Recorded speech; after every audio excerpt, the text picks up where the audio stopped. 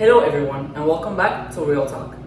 In this episode, we will be talking about representation in media, more specifically about representation of LGBTQ communities and disabled people. I'm your host, Andres Rodriguez. And I'm Stephanie Gonzalez. For this episode, I wanted to start talking about if the movies are representing both of these groups correctly. So for my opinion and for my experience of watching a lot of movies and TV shows, one that stand out for me is Atypical. It's a TV show on Netflix, and we're going through the experiences of the main character, who is a autistic kid, and how he's finding love,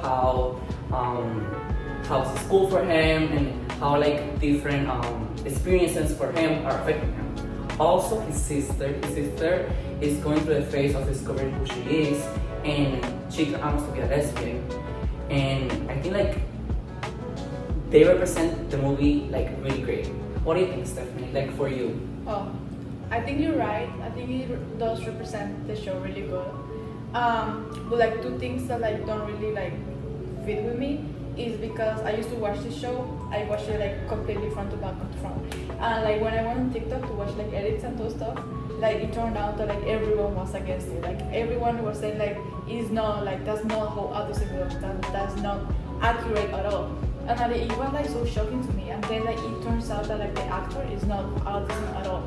He's not he has nothing to do with it. Or on the other hand, the sister, the one that plays to be a lesbian, she is non-binary, I think. Yeah. So she is part of the LGBT community, but she's not a lesbian. But she still forms part of the community. Wow. But it was very shocking to me. And but for me, it just seemed so real, and it's so shocking that everyone is saying that it's the completely opposite. Now that you bring that up, I think that a movie that really represents how disabled people are is the movie that talks about a girl who lost her leg in a shark attack. Do you remember? I think it's called Soul Surfer. Yes, Soul Surfer, exactly. And the story is real. If you guys wanna watch it and see the movie, it's really great. It's about this girl that's called Bethany Hamilton. She was surfing when she was 13 years old, and a shark came up to her and ripped her arm off. It's pretty brutal, but I really love that movie. I've been seeing that movie since I'm 10 years old. But anyways, yeah, it's a great movie. So I have a question for you. Do stereotypes affect the way media portrays LGBTQ and disabled communities? Well, that's a really great question. And I think that, yes, I think stereotypes do affect how these groups are being projected in media. In a movie that comes up right to my mind, I think it's Call Me By Your Name. I don't know if you have seen it. Yes, I have. Yeah, and this movie, I remember when I was watching it, when it became really popular with Timothée Chalamet, is that he portrayed the representation of a twink. That is a person that is gay, and he's really skinny. The stereotype. Yeah, right? and then I was talking to my brother because he's part of the LGBTQ community, and I remember he saying that even though I really like the movie, I don't feel they're representing my community because there's other types of gays. Right. Yeah. My next question will be, how has the portrayal of these communities changed over time? Okay, so a really good example of this would be Grey's Anatomy. This is a 2000 show that is still going. It has around 22 seasons. I've been watching them all, and I just love this show. But they also have a really small representation of the LGBTQ community, and they also mixed it disabled people and LGBT community. This couple of lesbians, they made them in the show, and a few episodes seasons later, it turns out that she was in a plane accident and she has to have her cut off by her own wife. It was insane. But if we talk about how this goes on time, I think they've been expanding more this subject.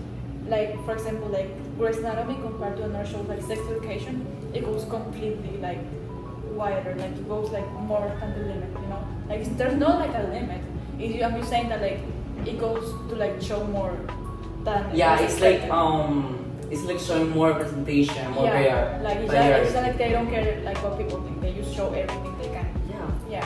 I have never watched Sex Education or Grey's Anatomy, so like you talking to me about it, like maybe like makes me want to watch it. Yeah, it's really good. Yeah. I don't think there's any movies that that I feel like shows.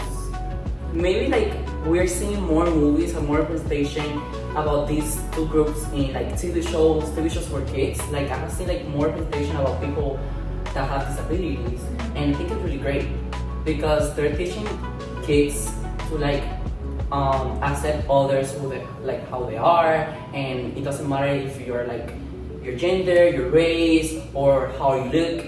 We should all accept everybody. Yeah. Okay, Andres. So like I was thinking of this, and like I was like wondering, why do straight actors play LGBTQ characters? You know, that's a really like great question, and I think like everybody who's watching it should think about it too.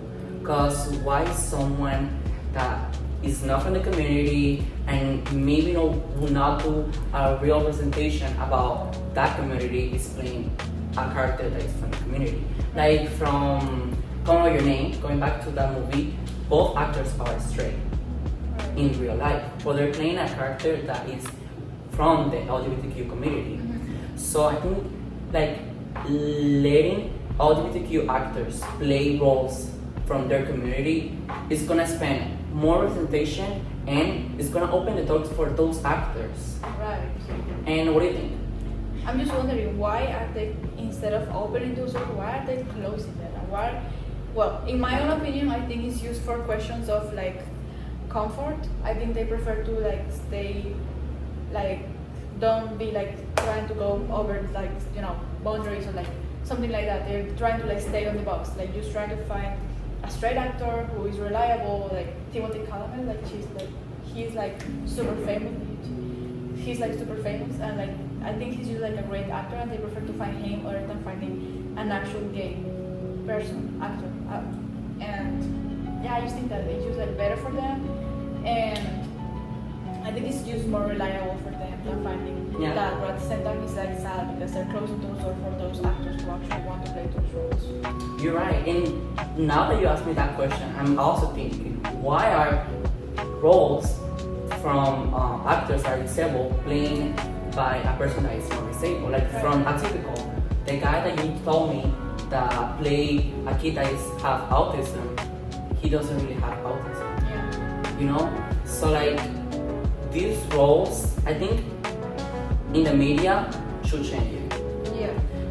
Like a movie, well not a movie, a TV show that actually like put someone that is disabled is Glee. They have a character who is disabled, and I do believe is a girl and she has Down syndrome.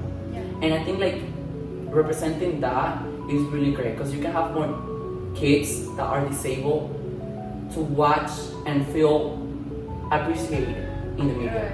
Right. Yeah. Well, I think in my opinion that like the same way they're like, trying to expand this, and like the same way they're trying to make like LGBT community more like known or like more like wide in media. For example, going from like Grey's Anatomy to Sex Education, I think the same way it should be like for like going from like straight actors to actual like LGBT. So Andres, before finishing this episode, my last question for today will be, how could the media create more accurate representation of the disabled community? Well, from my opinion, I think like communication is key in everywhere. So I think if the directors from these movies will talk to someone that is disabled or is part from both of these communities, and be like, oh, like I'm doing this movie, what do you think about this and this and that? And maybe the person will help and be like, oh, like for me, I don't think that this will represent my community, or for me, this is not representing my experiences. Right. So I think everything's about community and including everyone. Doesn't matter who are you or what do you do, including everyone should including everyone is very important. Yeah. So I think that's it, right? Do you have any more questions? No, not for today. Thank you. Not for me neither. Thank you for watching, and this was Real Talk. See you later. Bye. Bye.